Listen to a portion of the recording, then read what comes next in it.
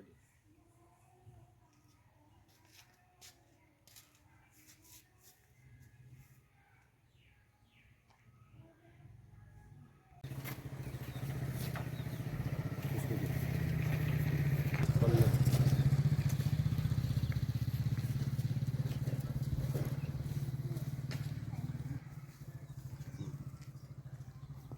এইকেইজনক মাতি দিয়ক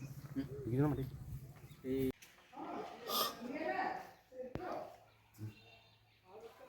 চলি আছে তাতে তলেদি জনপ্ৰতিনিধিবিলাকে 2 পইচা লৈছে যদি এইটো আমি নাজানো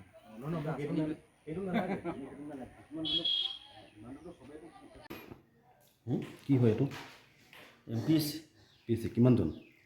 আমাৰ ষ্টাফ টোটেল 15জন আছে না কিমানজন বিচনাযুক্ত এখন PHC এখন আমাৰ 4খন বিচনাযুক্ত ষ্টাফ কেইজন আপোনালোকৰ ষ্টাফ 15জন মান আছে টোটেল 15জন এতিয়া কেইজন আছে এতিয়া আমাৰ ডক্টৰ ট্ৰেইনিঙত আছে বৰ্তমান আৰু ছুটীত আছে 2জন তাৰপিছত কেইজন আছে এতিয়া আপোনাৰ 6জন মান আছে নেকি বৰ্তমান বাকীখিনি কি হ'ল কিছুমান ছুটীত আছে কিছুমান ট্ৰেইনিং হৈ আছে কেইজন সেইটোৰ বিষয়ে মোৰ এটাই কথা ডক্টৰজন মানে কোনো দিনাই প্ৰায় মানে উপস্থিত নাথাকে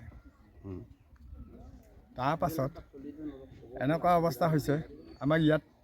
ঠাই ডক্টৰ এজন লাগে নিয়মীয়াকৈ চলোৱা ডক্টৰ এজন লাগে গতিকে তেনেকুৱা এজন ডক্টৰ পালে আমি ভাল পাম নাৰ্ছৰ অসুবিধা হৈছে ডক্টৰ নাথাকিলে এতিয়া আজি চাওক আপোনালোকে আহিছে ডক্টৰ মানে নাই গতিকে সেইটো মানে ভাল ব্যৱস্থা কৰি দিলে আমি ভাল পাম মানে দেখা গৈছে যে ইয়াত আপোনাৰ যিজন ডক্টৰ আছে তেওঁ খুব কম উপস্থিত থাকে নাই কি ক'ব ময়ো মানে গাঁৱৰে হয় ন মই এদিন সোমাইছিলোঁ মই কিবা ব্লাড কিবা পৰীক্ষা কৰিবলৈ সোমাইছিলোঁ কিন্তু ডক্টৰ ইয়াত নাই মানে চৰকাৰক এইটোৱে অনুৰোধ জনাম মানে স্থায়ী আমাক ডক্টৰ এটা লাগিব কম্পালচৰি ইয়াত আমাৰ লক্ষীপুৰৰ বাসীয়ে এতিয়ালৈকে সঁচাকৈ উপকৃত হোৱা নাই ডক্টৰ নথকাৰ কাৰণে সমস্যা হৈছে আমাৰ এইখন ধৰি লওক আপোনাৰ হস্পিটেলখন আছে আৰু ইয়াত ধৰি লওক কিমান সমস্যা হৈছে আপোনাৰ লক্ষীপুৰ পঞ্চায়তত আমাৰ 45খন গাঁৱৰ ভিতৰত এখনেই হস্পিটেল আৰু ইয়াত এজন ভাল ডক্টৰ আমি আশা কৰোঁ পেচেণ্ট আহি যাতে ঘূৰি যাবলগীয়া নহয় যিখন প্ৰেছক্ৰিপশ্যন মানে চহী কৰিব লাগে তেখেতে মেডিচিন আনিবলৈ অসুবিধা হয় তেখেতে চহী নকৰিলে গতিকে সেই ব্যৱস্থাটো যাতে হয় সেইকাৰণে ৰেগুলাৰ মানে প্ৰতিদিনাই উপস্থিত থকা এজন ডক্টৰ ইয়াত প্ৰয়োজন তেখেতে অলপ খেলি মেলি পাওঁ লগত আপোনাৰ ডক্টৰ চোৱাৰ পিছত প্ৰেছক্ৰিপশ্যন লিখি যদি আমি আকৌ ক'ৰবাত ফাৰ্মাচী কিনিবলগীয়া হয় সেইফালৰ পৰাতো চাবলৈ গ'লে যথেষ্টখিনি অসুবিধা হয়